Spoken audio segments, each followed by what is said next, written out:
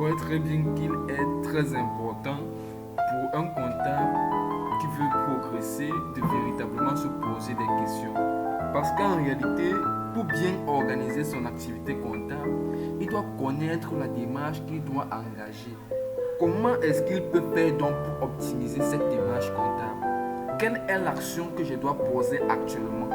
Pourquoi est-ce que je dois poser cette action?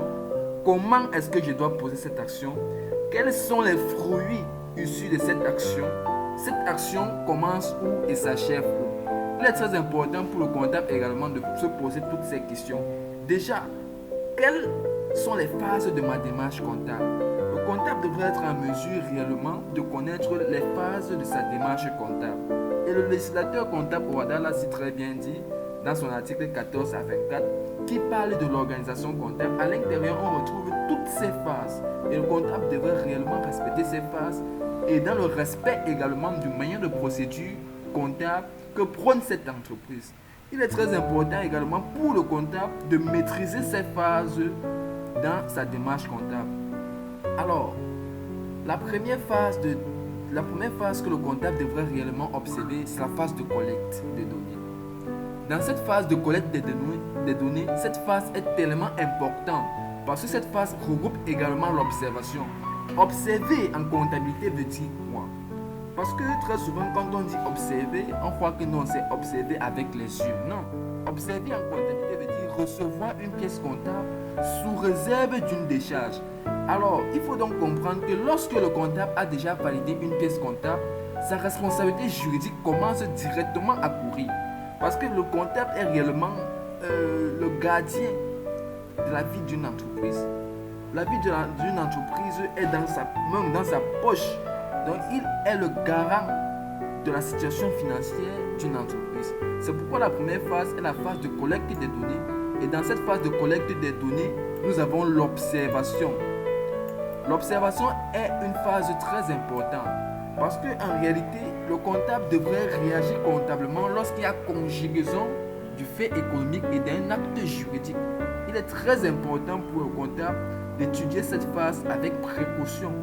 Alors, la deuxième phase que le comptable devrait également observer est la phase de traitement. Dans cette phase de traitement regroupe également deux phases. Parce que dans cette phase de traitement, le comptable devrait être en mesure d'analyser la pièce comptable qui est devant lui. Analyser la pièce comptable puis l'enregistrer. Que veut dire analyser en comptabilité? C'est très simple. Analyser en comptabilité veut dire s'assurer de la conformité d'une pièce comptable. C'est tout. Et lorsqu'on parle de conformité, on parle de conformité sur le fond et sur la forme. À côté de ça, toujours dans la phase de traitement, nous avons la phase d'enregistrement. Que veut dire enregistrer en comptabilité?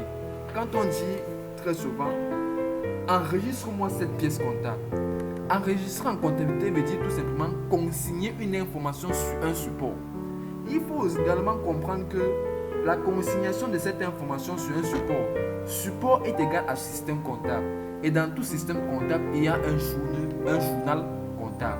Alors, dans ce traitement, nous avons l'analyse, comme nous l'avons dit, et analyser veut dire tout simplement s'assurer de la conformité d'une pièce. Et nous avons également l'enregistrement. L'enregistrement veut dire tout simplement consigner une information comptable sur un support.